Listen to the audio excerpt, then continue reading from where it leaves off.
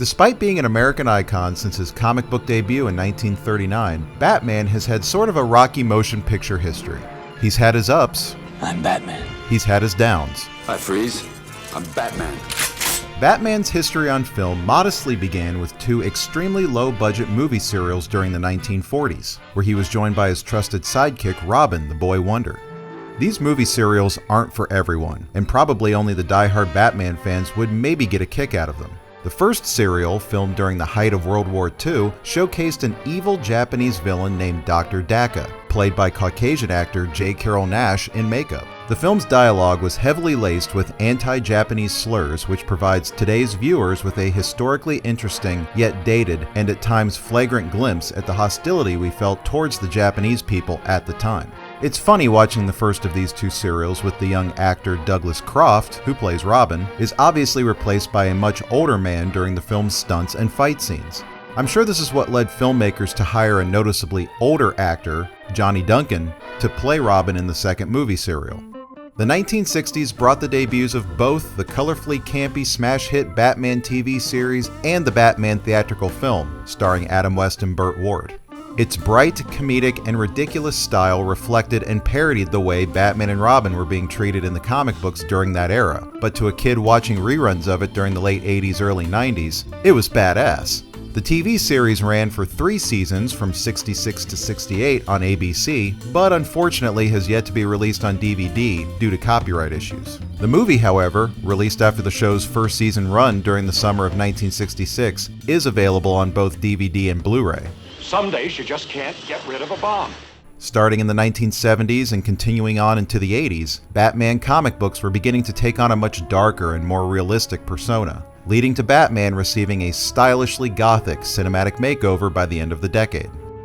The first of what's commonly considered to be the modern Batman movies, Batman, was released in 1989 amongst a much-hyped marketing machine that was really ahead of its time.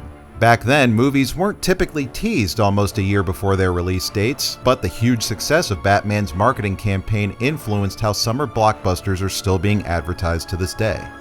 The Batman merchandising sales were through the roof. Where does he get those wonderful toys? And after early screenings of the film's theatrical trailer, audiences were clamoring to see director Tim Burton's vision of Gotham City, starring Michael Keaton in a then controversial turn as the Dark Knight and Jack Nicholson as his nemesis, the Joker. The movie was a runaway hit and spawned 3 sequels. Batman Returns was released in 1992, with Michael Keaton returning as Batman, Danny DeVito portraying the Penguin, and Michelle Pfeiffer as Catwoman. Meow.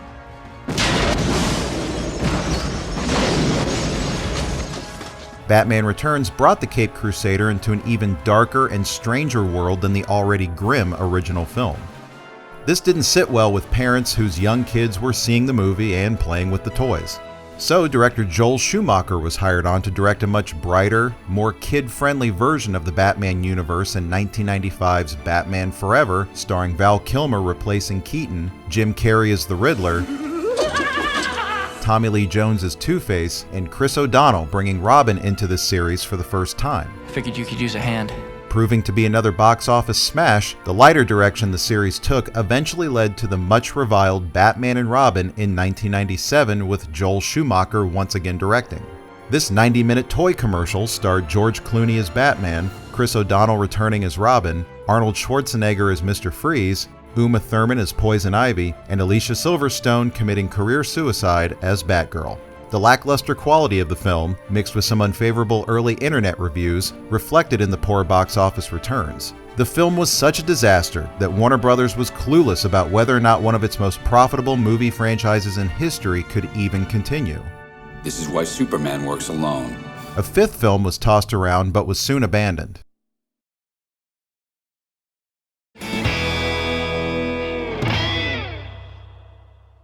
Enter English director Christopher Nolan, who at the time was only known for his psychological thrillers Memento, Insomnia, and Following. In 2002, Nolan, with screenwriter David S. Goyer, pitched an idea for a new take on the Batman franchise to Warner Brothers. By January of 2003, Nolan was hired to direct Batman Begins, a reboot of the Batman story, which completely disregarded any continuity from the previous films. The film starred Christian Bale as a much younger Batman, Michael Caine as his butler Alfred, Gary Oldman as Police Sergeant James Gordon, Liam Neeson as Ra's al Ghul, and Cillian Murphy as the psychotic Scarecrow. You need to lighten up.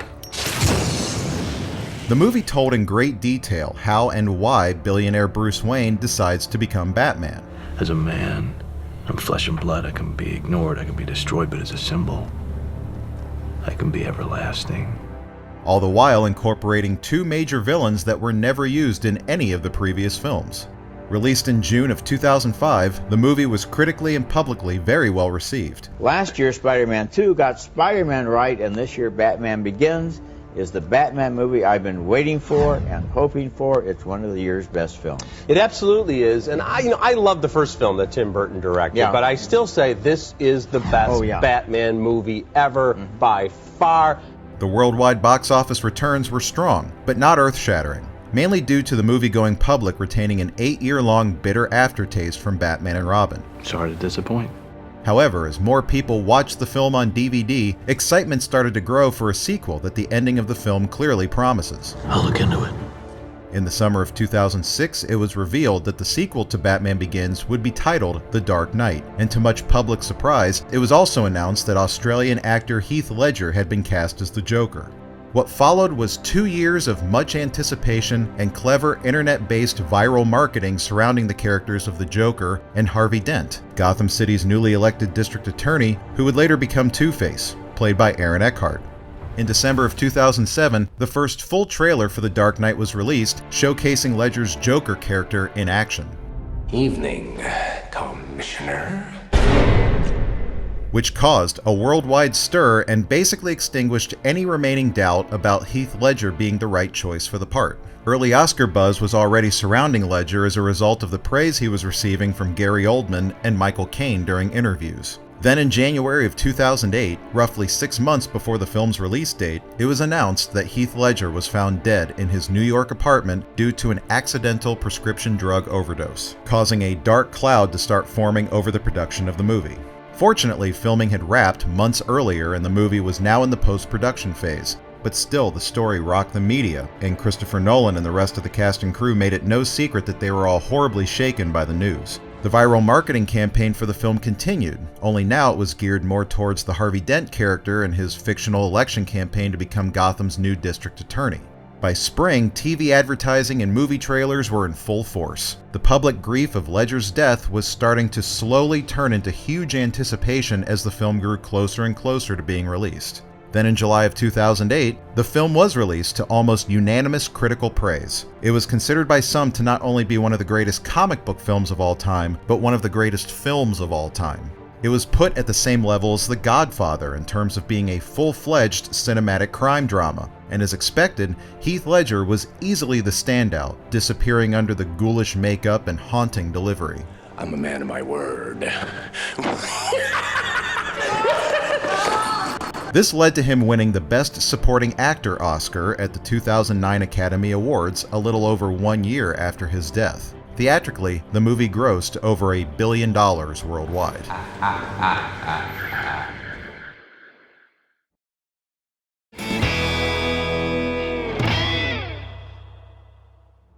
We're introduced to the Joker at the very beginning of the film. An explosive bank heist sequence illustrates just how much of a mastermind this version of the Joker is. This self-contained sequence is actually considered to be more of a prologue to the actual film. In fact, the bank heist sequence was shown in full in select IMAX theaters ahead of the IMAX screenings of I Am Legend, which opened in December of 2007. We then cut to a sequence where the Scarecrow, returning from Batman Begins, is still at large in Gotham as a drug dealer selling his fear-inducing toxins to fellow crime lords. I told you my compound would take you places. I never said they'd be places you wanted to go. He and his goons are soon thwarted by a group of copycat Batmen, average Joes who were inspired by Batman to take the law into their own hands.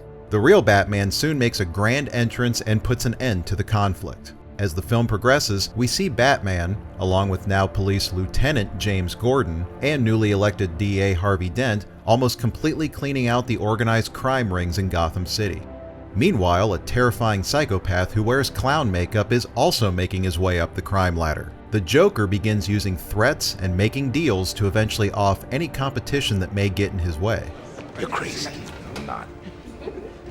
No, I'm not. Initially, he reveals to the mob kingpins that he wants to completely do away with the Batman and get him out of the way. But as the Joker begins gaining power in Gotham City, it starts to become more apparent that all he wants to do is drive the city into self-destructive chaos and completely break the spirits of both Batman and Harvey Dent. If Batman finally snaps, he'll break his one rule by killing the Joker, thus the Joker's scheme would have all fallen into place. However, the moral dilemma reveals itself as Batman must find an unorthodox way of stopping the Joker without becoming a killer like the Joker himself. Being a Batman fan before I could even talk, I grew up loving almost any incarnation of the character, no matter how different one was from the other. That's kind of what made it fun to be a Batman fan. Whether it's a bright, fun-loving, swinging 60s Cape Crusader, a foreboding, angst-ridden, ass-kicking Dark Knight, or something in between, there was something special about each version. Having grown up with the 1989 Tim Burton film, that was the definitive Batman movie for many years, despite its flaws. Once I got a little older though, I'd always wanted to see what a Batman movie that stayed really true to the comic book origins would have been like. Batman Begins finally made that possible, while also bringing a unique look inside the mind of the character and told a part of the Batman origin story that was never really explored in the comic books. So what do you think? Does it come in black? But that film too had its flaws. But it didn't matter, because after the shitfest that was Batman and Robin, and all the years the franchise lay dormant, it was just awesome to see Batman in a theater again. And to me, Batman Begins was simply a good start for something even better to come later. And inevitably, being Batman's arch nemesis for so many years, the Joker had to be thrown into the mix at some point. So when talks of the Batman Begins sequel began, that's really when I was starting to get excited. I hadn't been this hyped for a movie since Star Wars Episode 1 back in 1999, but unlike Episode 1, The Dark Knight actually exceeded my expectations, becoming what I feel is one of the greatest and most solid movies I'd ever seen. But I know my opinions are a little biased. Everything about the film's characters are both iconic and fresh at the same time, which I can imagine is not easy when dealing with characters that have been around for 70 years. But what makes it work is that Christopher Nolan made it a point early on to adapt the essence of the characters the way they were initially conceived 70 years ago, tapping into their fundamental characteristics and motivations. Now that's how you adapt a comic book.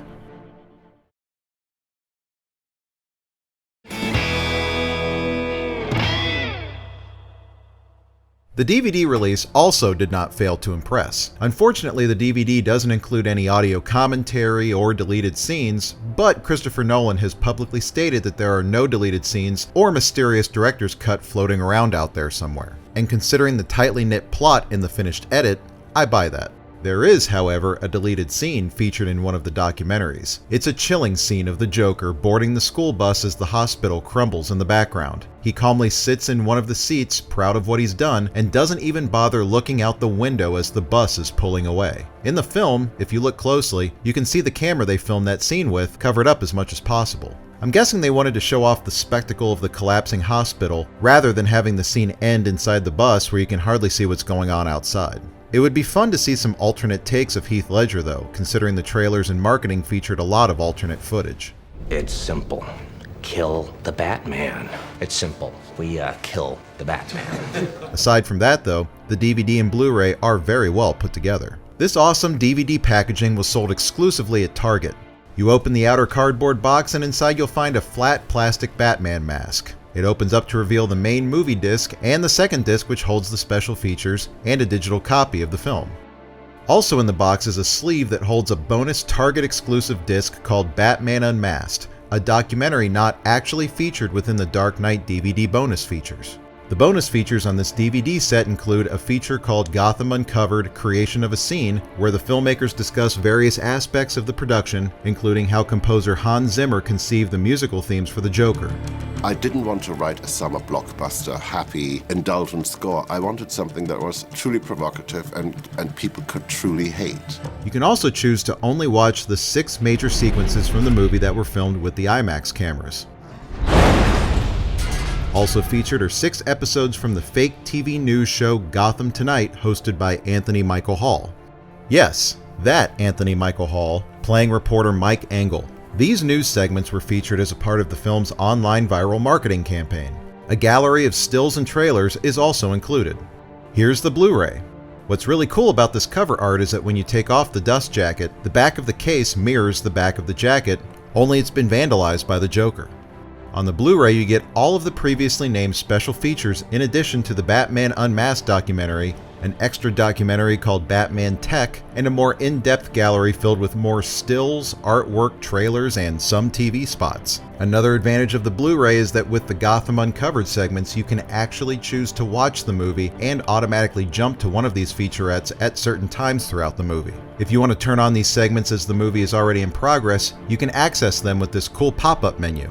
I believe this was also the first major Blu-ray release to include BD Live, a new technology where you can access online content and chat with friends about the film. All in all, the DVD and Blu-ray sets are both fantastic and do a fine job at giving some insight on the epic production of this film. So what are you waiting for? The story is tense, the acting is top-notch, the characters are well developed and fully realized, the music is engaging, and the moral themes are incredibly powerful.